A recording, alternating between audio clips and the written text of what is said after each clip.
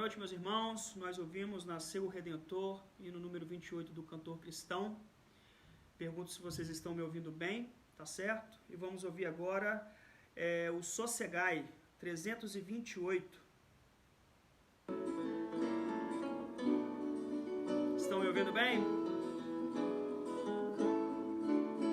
Ó mestre, o mar se revolta, as ondas nos dão pavor. O céu se reveste de trevas, não temos um Salvador. Não se te dá que Morramos, podes assim dormir. Se a cada momento nos vemos, se prestes a submergir, as ondas atendem ao meu mandar. Sossegai, sossegai, seja o encabelado mar, a ira dos homens, o gênio do mal, das águas não podem naufragar, que eleva o Senhor, Rei do céu e mar, pois todos ouvem o meu mandar. Sossegai, sossegai, convosco estou para vos salvar. Sim, sossegai, mestre da minha tristeza, estou quase a sucumbir. A dor que perturba minha alma, eu peço-te, vem banir. De ondas do mar que me cobrem, quem me fará sair? Pereço sem ti, ó meu mestre, vem logo, vem me acudir. As ondas atendem ao meu mandar. Sossegai, sossegai, seja o encabelado mar, a ira dos homens, o gênio do mal, das águas não podem naufragar, que eleva o Senhor, Rei do céu e mar, pois todos ouvem o meu mandar.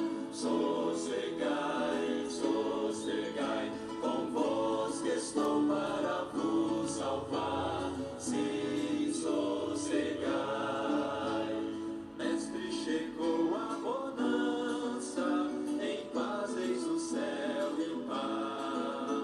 O meu coração goza calma, que não poderá findar. Fica comigo, ó meu mestre, dono da terra e céu, e assim chegarei bem seguro ao porto, destino meu. As ondas atendem ao meu mandar.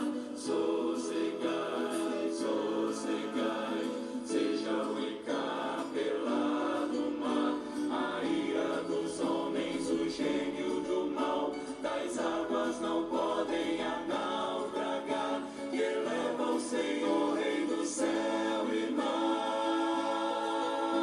pois todos ouvem o meu mandar. Sossegai, sossegai, convosco estou para vos salvar. Sim, sossegai, as ondas atendem ao meu mandar. Sossegai, sossegai, seja o encabelado mar, a ira dos homens, o gênio do mal, das águas não podem naufragar, que eleva o Senhor, Rei do céu e mar, pois todos ouvem o meu mandar. Sossegai, sossegai, convosco estou para vos salvar. Sim, sossegai.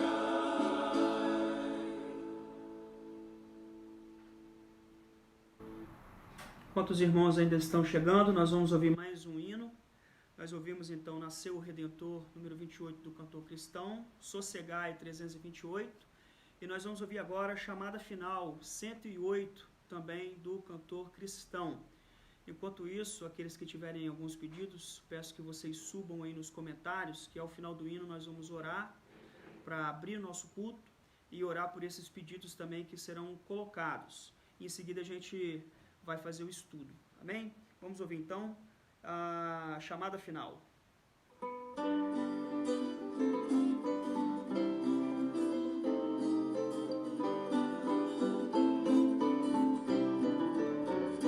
Quando Cristo sua trombeta lá no céu manda tocar, quando o dia muito glorioso lá romper, e os remidos dessa terra meu Jesus se incorporar, e fizesse então chamada, lá estarei. Quando se fizer chamada, quando se fizer chamada, quando se fizer chamada, quando se fizer chamada, lá estarei. Nesse tão glorioso dia, quando o crente ressurgir e da glória de Jesus participar, quando os crentes ressurgidos o saudarem no porvir e fizessem então chamada, lá estarei. Quando se fizer chamada, quando se fizer chamada, quando se fizer chamada, quando se fizer chamada, lá estarei. Lhe darei então pra Cristo até o dia terminar. Falarei do seu amor por nós aqui. Quando, pois, findar a vida e o labor aqui cessar, e fizesse então chamada, lá estarei. Quando se fizer chamada, quando se fizer chamada, quando se fizer chamada, quando se fizer chamada, lá estarei. Quando se fizer chamada, lá estarei. Quando se fizer chamada, lá estarei.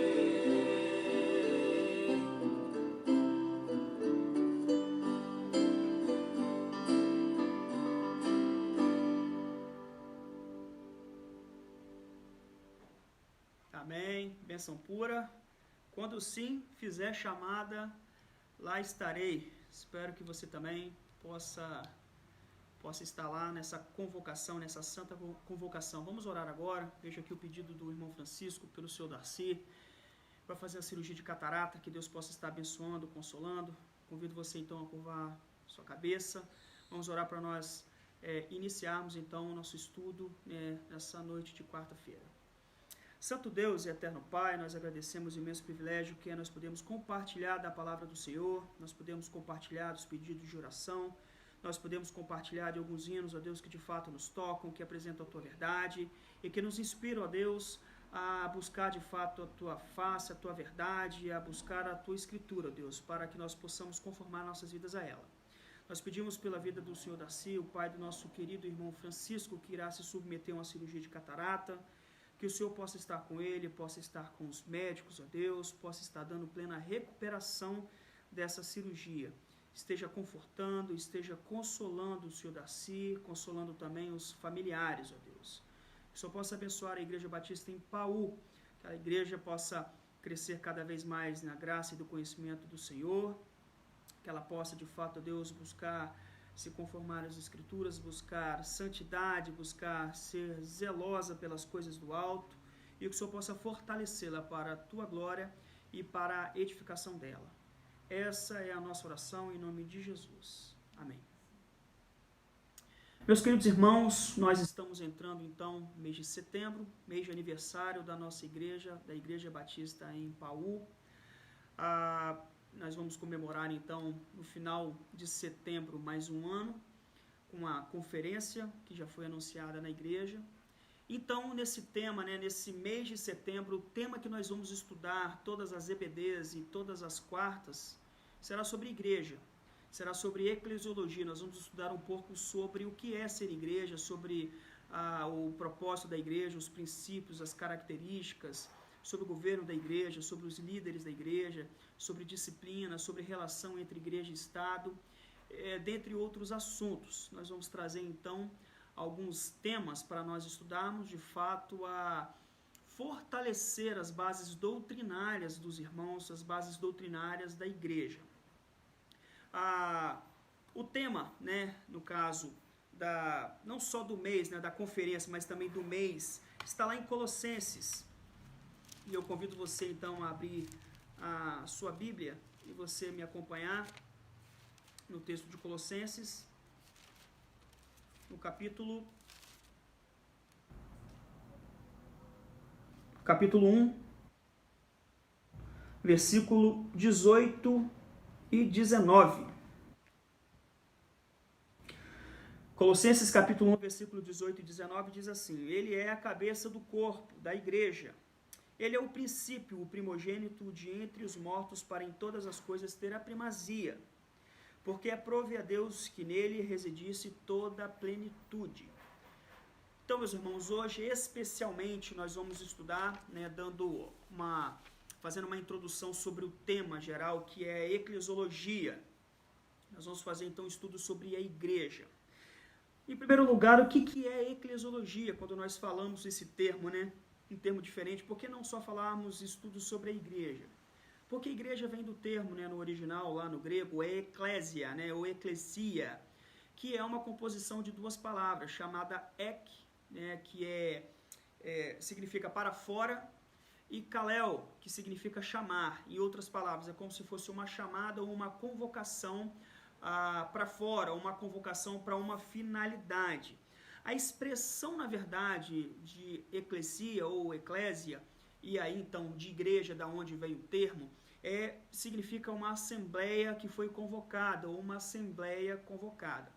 Uma pergunta interessante que a gente já pode fazer é: quem convocou essa assembleia, se a igreja é uma assembleia convocada? E a resposta por todas as escrituras, é Deus que chama o seu povo a cultuá-lo, chama o seu povo a se reunir em volta dele para um momento de adoração, para um momento de culto. Então, a assembleia convocada é a expressão exata do termo eclésia, do termo igreja. Veja, a igreja aparece diversas vezes, sobretudo no Novo Testamento. No Antigo Testamento, o termo é um pouco diferente, é o carral, que vai se traduzir muitas vezes por sinagoga. Mas no Novo Testamento, a ideia da assembleia reunida, ela representa algumas questões, ela tem a sua aplicação de uso de maneira distinta. Por exemplo, a igreja, quando ela é mencionada no Novo Testamento, ela pode representar um círculo de crentes de algum lugar, ou alguma igreja local. Por exemplo, a Igreja Batista em Paú seria uma igreja nesses moldes, eclesia, que representa um círculo de crentes de um lugar, Paú, ou uma igreja local, Igreja Batista em Paú. Em segundo lugar, igreja também pode representar um grupo de igrejas. Isso acontece uma única vez no Novo Testamento, no texto de Atos, capítulo 9, versículo 31, se eu não estiver enganado, onde um grupo de igrejas, a igreja significa um grupo de igrejas que estão reunidas, no caso, como se fosse um grupamento, um ajuntamento dessas igrejas. Uma terceira aplicação do termo igreja, ou eclesia, a gente tem que pode representar todo o corpo que se reúne no mundo inteiro, de todos aqueles que professam exteriormente a Cristo como Senhor e Salvador e que se reúnem para fins de culto. Ou seja, quando a gente fala igreja também, igreja pode representar as pessoas das diversas denominações que professam exteriormente que Cristo é o Senhor e que se reúnem em diversas nações, em diversos locais, diversos horários para prestar culto. Mas o último uso que eu gostaria de destacar, que é o uso, destacar porque é destacado, que seria o uso principal, que é, na verdade, igreja representa todo o corpo de fiéis, quer no céu ou na terra, que se uniram ou que se unirão a Cristo como seu Salvador. Em outras palavras, a igreja, no seu sentido mais específico, deve então expressar que é o corpo do Senhor, o corpo que é salvo, aquele que é o grupamento de todos os fiéis, todos aqueles que de fato foram regenerados por Cristo, que se uniram, e também aqueles que virão a se unir a Cristo. Então a igreja representaria todo esse corpo que em ajuntamento ali está debaixo do senhorio de Cristo.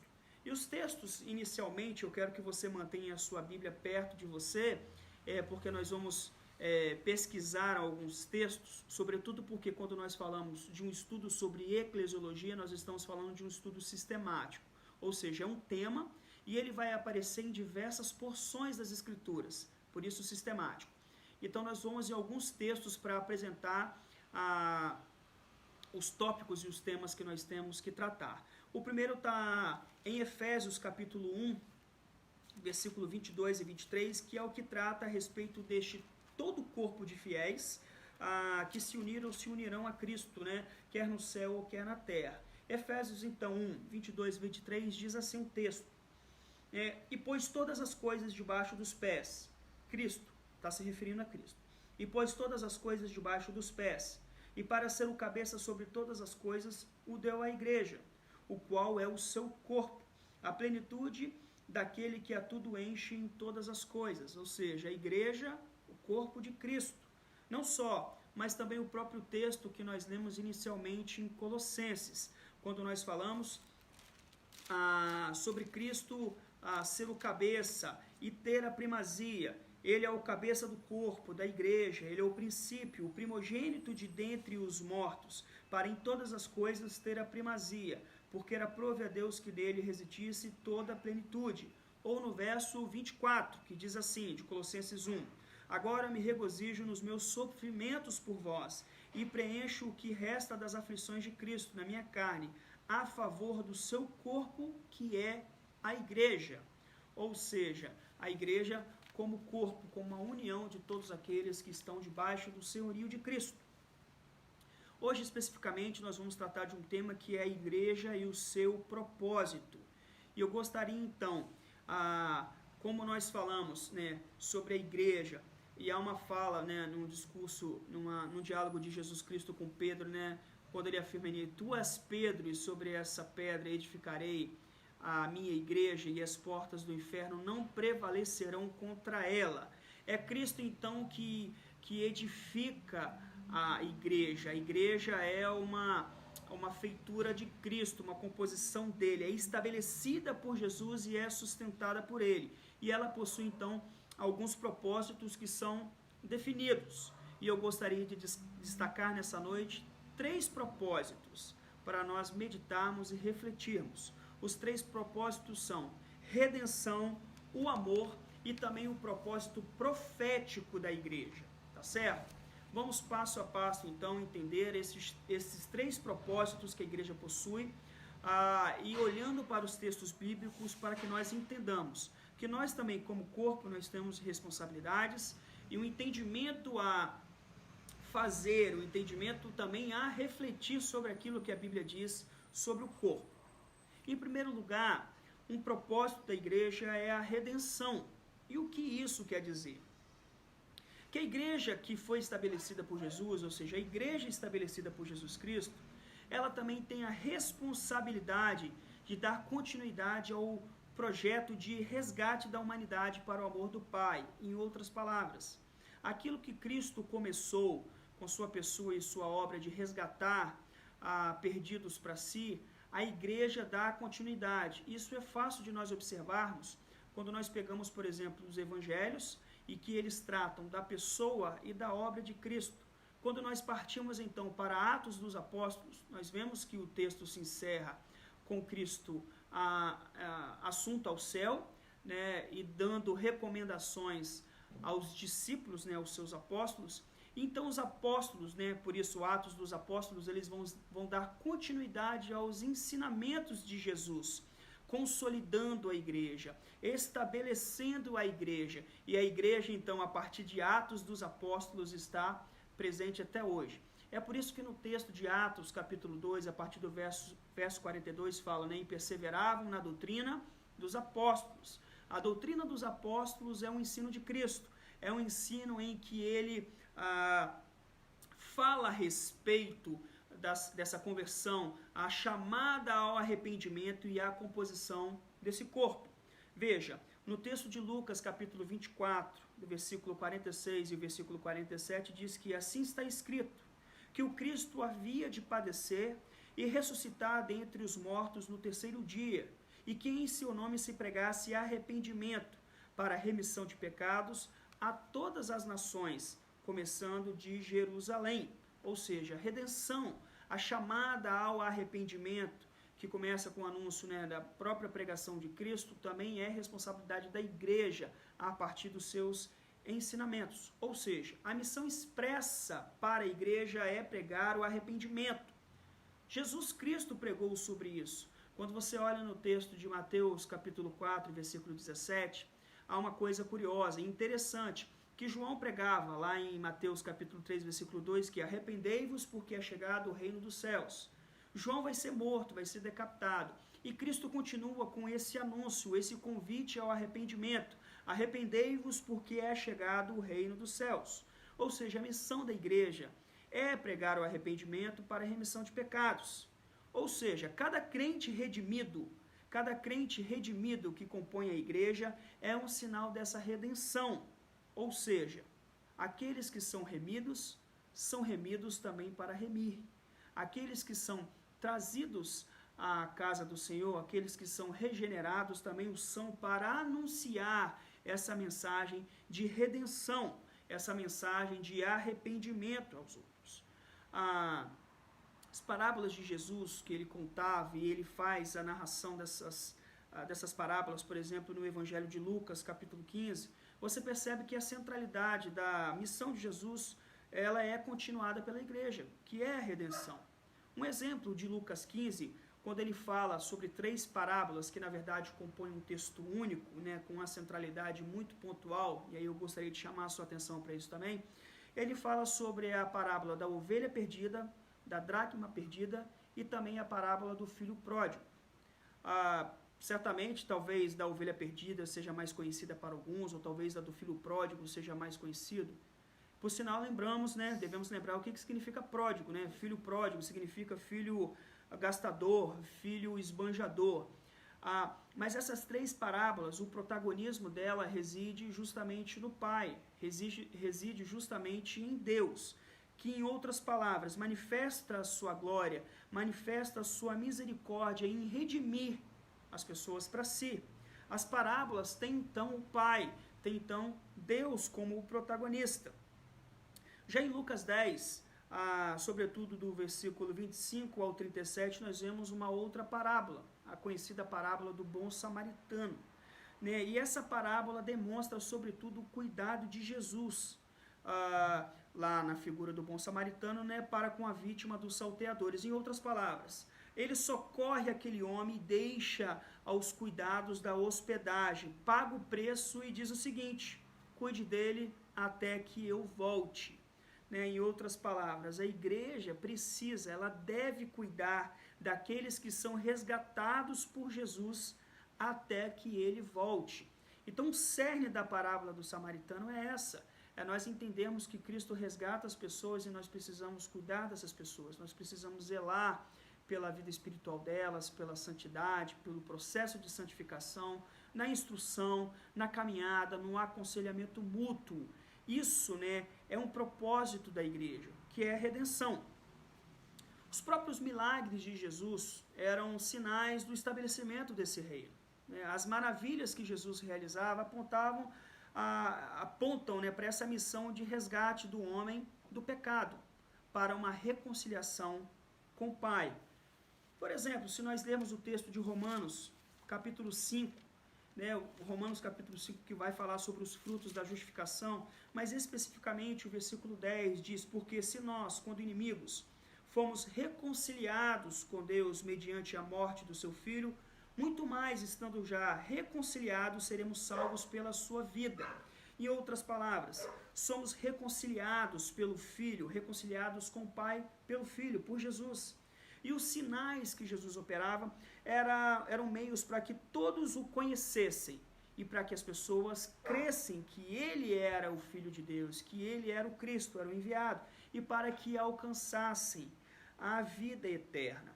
O texto, por exemplo, de João, capítulo 20, versículo 31, vai expressar o seguinte.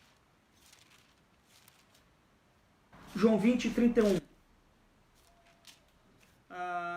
Estes, porém, foram registrados, ou seja, os sinais, os milagres de Jesus, para que creais que Jesus é o Cristo, o Filho de Deus, e para que, crendo, tenhais vida em seu nome.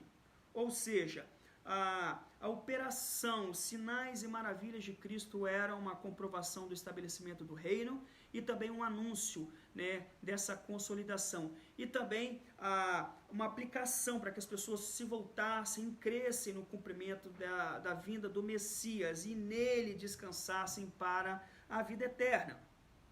Mas veja, a redenção não é um único sinal ou não é um sinal isolado. A redenção é uma marca, é um propósito importante da igreja, assim como também o amor.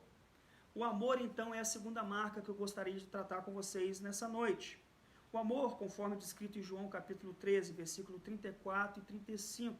Nas palavras do próprio Jesus, ele diz que novo mandamento vos dou, que vos ameis uns aos outros, assim como eu vos amei, que também vos ameis uns aos outros. Nisto conhecerão todos que sois meus discípulos, se tiverdes amor uns aos outros. Um sinal da igreja de Jesus, um sinal verdadeiro da igreja de Jesus é que ela ama. Mas veja, ela não ama num sentido de tolerância, ela não ama num sentido de omissão, ela ama num sentido de amar como Cristo amou. Ela ama no sentido também de zelar pela justiça, de zelar pela santidade do nome de Cristo. Ela ama como Cristo amou. Se redenção é uma missão, o amor é a principal marca de uma comunidade radicada nos ensinamentos de Jesus. Nós precisamos lembrar que o amor, ou aquele que ama, de fato conhece a Deus, porque Deus é amor. Se você não ama o seu próximo ou não demonstra amor pelo seu irmão, há algo que precisamos refletir sobre como anda o nosso cristianismo, como anda a nossa vida cristã. Veja, em 1 João capítulo 4, versículo 8, João afirma que Deus é amor, né? É importante que essa característica, essa marca, não é simplesmente uma aparência externa do templo, quantidade de equipamentos ou excelência das organizações que nós temos na igreja. Não. O que define uma igreja em sua missão é o amor, né? O amor que deriva de Deus. Não é um amor contemplativo, não é foco em reflexão, mas um amor que nos impulsiona a amar, um amor que nos impulsiona a agir. Ou seja, o amor nos conduz a uma prática constante de perdão. Em outras palavras, quem ama, perdoa, e quem perdoa, de fato, ama. E trata-se, de fato, de um estilo de vida. Por exemplo, se você ler o texto de Mateus, capítulo 6, versículo 14 e 15, Jesus falando lá no final da oração dominical, ele diz assim: porque se perdoardes aos homens as suas ofensas, também vosso Pai Celeste vos perdoará. Se, porém, não perdoardes aos homens as suas ofensas, tampouco o vosso Pai vos perdoará as vossas ofensas. Em outras palavras, o perdão é um estilo de vida que o cristão leva na comunidade, na igreja. Não é uma alternativa, não é uma opção, é uma obrigação, é uma parte essencial do caráter daquele que ama e entende o perdão concedido gratuitamente no amado. Quando você olha o texto de Efésios, capítulo 1, versículo 6, e ele vai expressar justamente isso. Efésios, capítulo 1, verso 6, diz que para o louvor da glória de sua graça, falando das bênçãos que nós obtemos de Deus em Cristo Jesus, né, que Ele nos concedeu gratuitamente no amado. E nós precisamos lembrar que o perdão é a medida. Quando nós olhamos o texto de Mateus, no capítulo 6, verso 12, que é justamente quando Cristo ensina os seus discípulos a orar, aquele texto precioso, ele fala que nós devemos perdoar, né? Perdoa-nos as nossas ofensas, assim como nós perdoamos aqueles que nos têm ofendido, ou perdoa as nossas dívidas, como nós perdoamos os nossos devedores. Ou seja, o perdão que nós pedimos é a medida do perdão que nós concedemos ao nosso próximo. Isso é algo interessante como um estilo de vida e como uma dinâmica do amor dentro da comunidade, dentro da igreja. Também o amor nos conduz a sermos benignos com o próximo. Romanos 13:10, por exemplo, diz que o amor não pratica o mal contra o próximo, de sorte que o cumprimento da lei é o amor. Ou seja, é amar sem medida. Fazer o bem torna-se o modo de proceder daqueles que nasceram de novo. Aqueles que foram regenerados pelo Espírito Santo, que foram vivificados, que tiveram seus corações de pedra transformados em corações de carne, que foram, de fato, nascidos de novo pela graça e misericórdia de Deus em Cristo Jesus, as suas ações manifestam esse caráter bom, benévolo de Jesus para com o próximo. São pessoas que de fato amam. E essas ações, elas não buscam mérito diante de Deus, e tampouco mérito diante dos homens. Não é meramente uma justiça social para buscar louvor daqueles que nos rodeiam, mas essas ações, elas são oriundas de um coração que de fato é transformado pelo amor. Então, se nós temos em primeiro lugar um propósito, que é a redenção, que é a missão, a comissão que a igreja tem de anunciar e de pregar e continuar a obra, o convite ao arrependimento e a confiar em Jesus Cristo e a ter fé nele, também o amor é uma outra marca, é um propósito que essa igreja tem, que a igreja de Jesus deve ter, porque Deus é amor. Mas aí nós temos um terceiro propósito. E esse terceiro propósito é que Jesus, ao estabelecer a sua igreja na terra, lá em Mateus 16:18, naquela conversa, né, com Pedro, quando Pedro chega até Cristo e fala, olha, uns estão dizendo que você é um dos profetas, outros estão dizendo que você é Elias. Aí Jesus pergunta, tá, Pedro, eles estão falando isso, mas você me diz quem é? Ele fala, tu és o Cristo, né, o Filho do Deus vivo. E Jesus responde a Pedro, Pedro, não foi nem carne, nem um homem que te revelou, mas somente o Pai que está no céu que pode te revelar. E eu também te digo, né, tu és Pedro, e sobre essa pedra, ou sobre essa rocha edificarei a minha igreja, e as portas do inferno não prevalecerão contra ela. Ou seja, a igreja também tem um propósito profético, tem um anúncio que pertence a ela, ou seja, a postura da igreja deve ser a de proclamar continuamente a mensagem do Evangelho. Por quê? Porque diante de um mundo caído, diante de um mundo que jaz no maligno, as portas do inferno não prevalecem contra a igreja. Ela deve continuar com o seu propósito, deve continuar com a sua missão também de ser profética. A igreja, mesmo estando em todo o tempo em meio a uma humanidade caída, depravada, que Efésios 2:1 diz que mortos, né, morta em delitos e pecados, uma igreja que é bombardeada o tempo todo, por todos os lados, de todas as maneiras. Veja, quando nós falamos sobre família, quando nós falamos sobre gênero, quando nós falamos sobre conduta, quando nós falamos sobre aborto, sobre tantas questões, a igreja, ela é extremamente bombardeada pelos seus princípios, pelos seus propósitos, pela sua ética. E isso era de se esperar, isso é de se esperar, porque a igreja tem um propósito profético de anunciar a verdade do Evangelho, de convidar as pessoas ao arrependimento. A igreja precisa encarnar o ideal de justiça, de verdade, de santidade. Mas o ideal de justiça não é o ideal de justiça própria ou de justiça humana, mas o ideal de justiça de Deus, de verdade, também uma verdade com V maiúsculo, não das verdades de um mundo plural, onde as pessoas simplesmente elas podem pensar diferentes e cada um possui a sua verdade. Não. A verdade que a igreja tem no seu caráter profético é a verdade revelada em Cristo Jesus, é uma verdade absoluta, uma verdade única e de santidade também de Deus.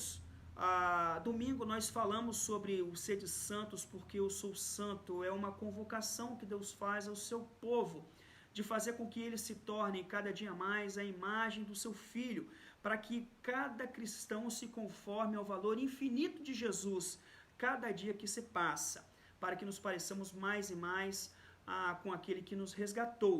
Ou seja, ela tem esse anúncio profético, e isso pode causar um calvário à igreja, pode causar dores, mas mesmo assim, a missão e esse propósito profético da igreja é de proclamar o reino de Deus. Meus irmãos, nós estamos na contracultura, nós estamos na contramão do mundo, somos convidados, né, e ordenados a sermos sal e luz, e isso é oposição. Romanos capítulo 2, versículo 1 e 2 fala, né, rogo-vos, pois irmãos, pelas misericórdias de Deus, que apresentei o vosso corpo como sacrifício vivo, santo e agradável a Deus, que é o vosso culto racional, e não vos conformeis com este mundo, mas transformai-vos pela renovação do vosso entendimento, para que experimenteis qual seja a boa, perfeita e agradável vontade de Deus. Ou seja, nós somos chamados a não nos conformarmos com o mundo, mas a transformar as coisas à volta, a transformar nossa própria mente pela renovação que vem pela palavra de Deus.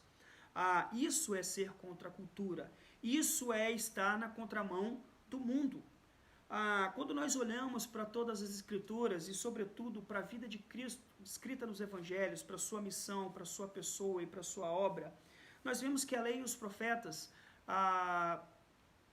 apontavam para Cristo e apontavam para a sua obra, né? A sua obra de redimir um povo para si.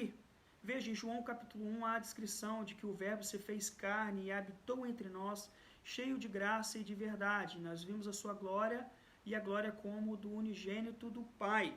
Ele se fez carne para fazer de homens a igreja de Deus. Ele se fez carne para fazer de homens o seu próprio corpo, um povo separado e escolhido para a glória do seu nome.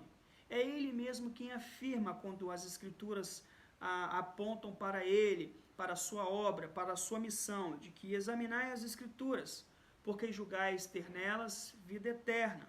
E são elas mesmas que testificam de mim. João expressa isso no capítulo 5, no versículo 39. Se a gente fala sobre também esse caráter profético da igreja, nós devemos lembrar que a igreja é a consumação profética do reino de Deus.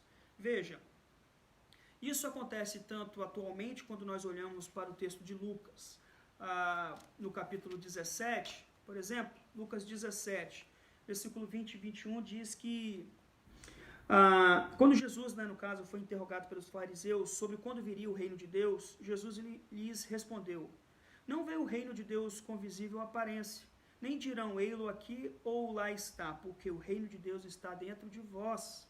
Ou seja, nós, enquanto corpo, enquanto integrantes desse corpo, nós compomos também esse reino de Deus presente. Por isso que nós podemos falar que Jesus Cristo reina, porque Ele reina sobre nossas vidas, reina sobre a igreja agora e reina sobre os nossos corações. Mas isso também expressa uma dinâmica futura. Quando nós olhamos, por exemplo, o texto de Mateus capítulo 28, do versículo 18 ao versículo 20. Ele diz, né, Jesus, lá no finalzinho, quando ele fala sobre a grande comissão, Jesus, aproximando-se, falou-lhes, dizendo: toda autoridade me foi dada no céu e na terra. Ide, portanto, e fazei discípulos de todas as nações, batizando-os em nome do Pai, e do Filho, e do Espírito Santo, ensinando-os a guardar todas as coisas que vos tenho ordenado.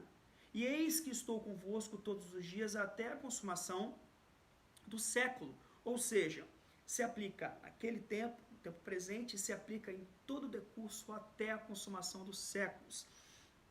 A igreja, ela é profética no anúncio do reino de Deus e no estabelecimento do reino de Deus até que Cristo venha. Isso é interessante, porque a igreja é o sinal de proclamação do reino de Deus. Ela proclama o reino de Deus. A igreja de Cristo é o reino de Deus neste mundo. Cristo reina sobre as nossas vidas, Ele reina sobre a igreja e Ele reina sobre tudo. Ele fala, esse texto aqui, que toda autoridade foi dada a Ele no céu e na terra.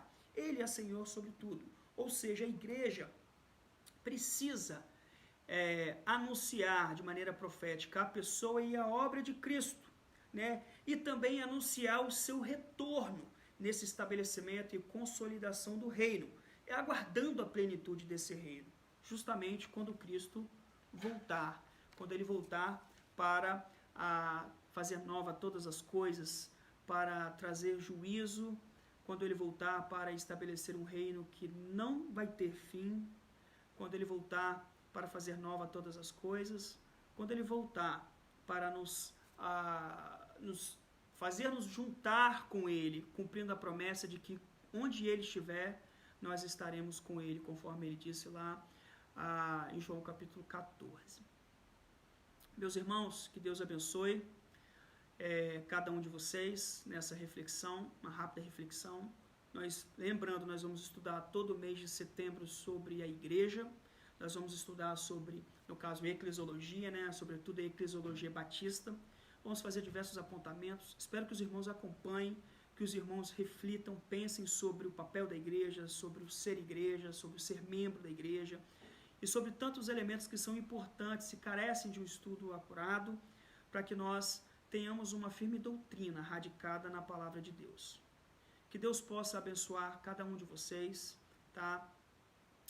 Que vocês possam ter aí um meio de semana, né, caminhando para o final na presença do Senhor.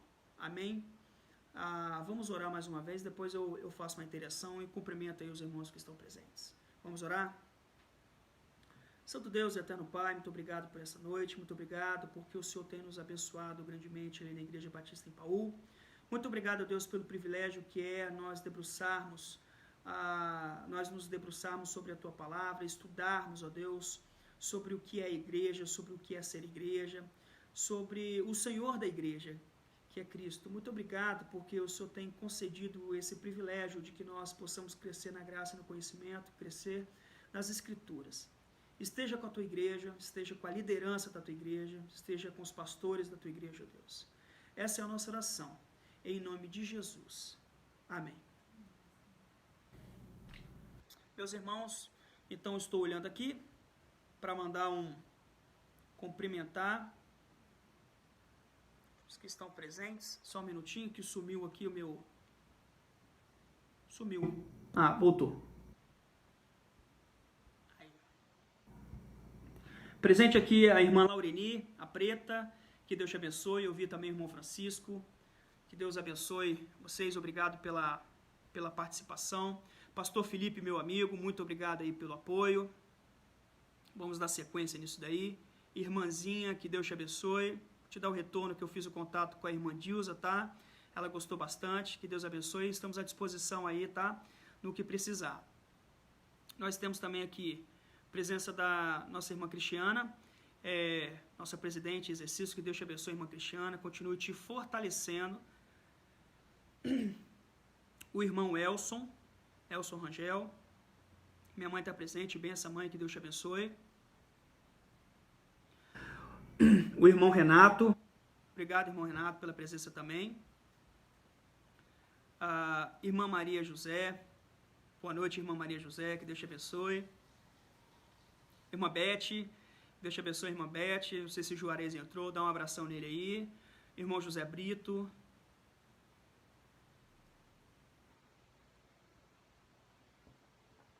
Ver mais quem está aqui. Cleusa Nunes, deixa eu ver quem é. Minha sogra. Boa noite, dona Cleusa, que Deus te abençoe. Irmão Juarez está aí, boa noite, irmão Juarez. Irmã Fabiane, que Deus te abençoe, boa noite. Irmã Leide, muito bom vê-la aqui, irmã Leide, que Deus te abençoe também.